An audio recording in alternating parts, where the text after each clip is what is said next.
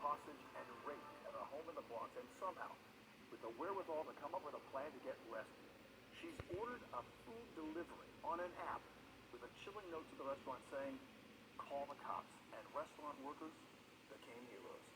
Here's Sonia Lincoln.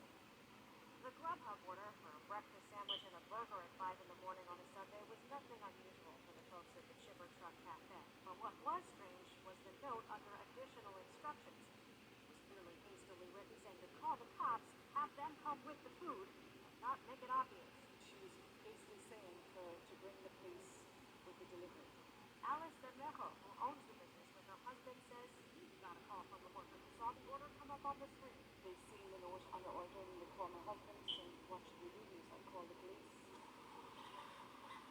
The order came from an address in the Eastchester section of the Bronx, where authorities say a 32-year-old man was holding a 24-year-old woman against her will and sexually assaulting her. They'd met in person months after first meeting online and turned violent. He wouldn't let her have her phone except to order food. At that hour, her best hope was getting a message to a restaurant 3.5 miles away. And the Bermejo family is grateful to the employee who did call the police and explain. Just knowing that we were there and that being open 24 hours allowed her to have a way to get help. The suspect opened the door here, according to court documents, later admitting he thought the young woman's food had arrived. But it was the police. That suspect, identified as 32-year-old Gamoy Royal, is charged with rape and unlawful imprisonment, among other counts, and he's now also charged in the attempted sexual assault of another young woman days earlier. All thanks to that Grubhub order, which the Bermejos didn't know until they got a call from the victim's friend. They called to thank us and just to be like, "Thank you so much for helping my friend," and just, making sure that she was fine. And they give the victim credit for her quick thinking in a frightening situation. Can't even imagine. I hope someday that we get to meet him. Terrifying situation for a couple outside of their home in New Jersey, an attempted carjacking. It happened last Thursday night. Authorities say as a husband and wife pulled into their driveway on Klein Boulevard in Woodbridge, a red Toyota RAV4 followed them. Its passenger jumped out of the vehicle, pulled out a gun, and demanded the couple's car keys. Well, the husband resisted. During that struggle, the suspect fired one shot, hitting the husband in the arm. The gunman and the driver of that RAV4 then took off. I heard a loud bang, and I came outside. I heard a lot of yelling and screaming. That's when I came outside, and she was just there on the floor holding her husband. Doctors later treated the husband for the gunshot. Neighbors say he's shaken by the ordeal, but recovering.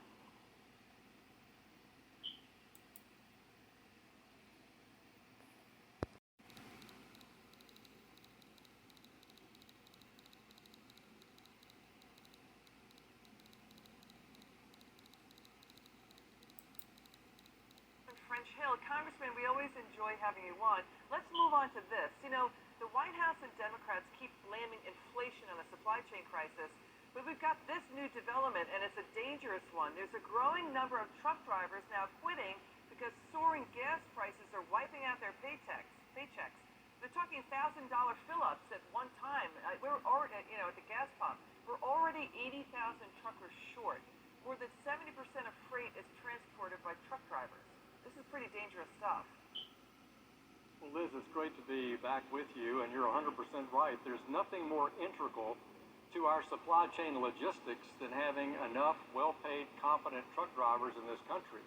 As you point out, we're short drivers now due to the baby boom generation retiring, many of the Biden mandates on employment, the vaccine mandates by the Biden administration, and now we're up 70% on diesel prices. If you're in a fleet, if you are a fleet driver for a big company like Walmart or J.B. Hunt, you probably have a price escalator in there for your diesel costs. It's up 70% from last year. But if you're an entrepreneur, a self-made truck driver working, you're paying almost $2,000, $2,200 a week, up almost $900, and you're in the spot market for fuel. You don't have a hedge or any sophisticated support. That's what's killing them.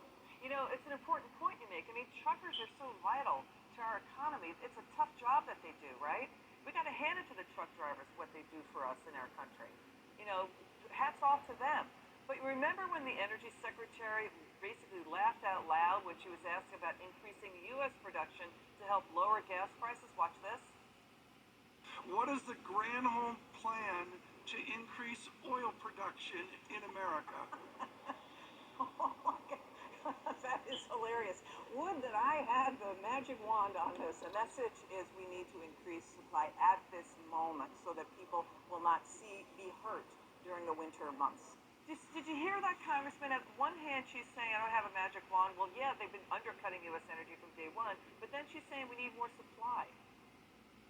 Look, this is crazy. I mean, her cackling does not solve this problem. They've been wrong since January 20th, 2021, when they canceled the Keystone Pipeline, canceled all the regulatory benefits of building new pipelines, offering new federal lands for exploration, not approving pipelines to export LNG, and in their budget proposing $145 billion in new taxes on the energy industry, and finally, and significantly, gallon. Let's bring in the owner of Iron River Express, that is Austin Smith. Austin, I understand you have to spend, what, $20,000 a week to fuel just 3 of your trucks. That's a lot of money. I have to assume that a lot of trucking companies, smaller ones especially, are going under. Is that accurate? Yeah, that's very true, and it's sad because so many folks are going under left and right because we can't afford to stay in business. This crisis that we're facing in the country is by far worse than anything I've ever seen in my life. What's your prediction if diesel prices either stay where they are at over $5 a gallon or go even higher to 6, 7, and 8? What happens to our economy? Well, this is just my humble opinion, but I foresee that we're going to have empty shelves. There's going to be larger companies out there that can stay in business that they have the funding or they've prepared for this, but all of these small trucking companies, which is a good portion of what moves freight across the country, is independent owners. They're going to go under, and if we go under and we can't afford to move freight, you're going to see a lot of empty shelves. You're going to see, this is again just my opinion, but I think we're going to see a lot of panic, a lot of chaos, because people aren't going to be able to get the basic necessities. Can we go back to your business? You got to spend $20,000 in a week just to fill up 3 trucks. That's an enormous amount of money. Do you pass that? It is. Do you pass that price increase on to your customers? We don't set any prices for the products that we move. My business strictly is in the agricultural industry, so we move agricultural products. So we have, we don't set prices for that whatsoever. And unfortunately, we kind of walk a fine line here.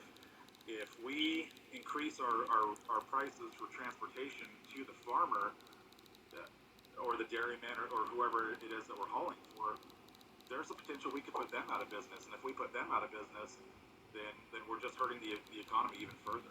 Well, how much longer can you stay in business with diesel at $5.78 a gallon? I've tried to do some predictions on where I would have to shut my doors.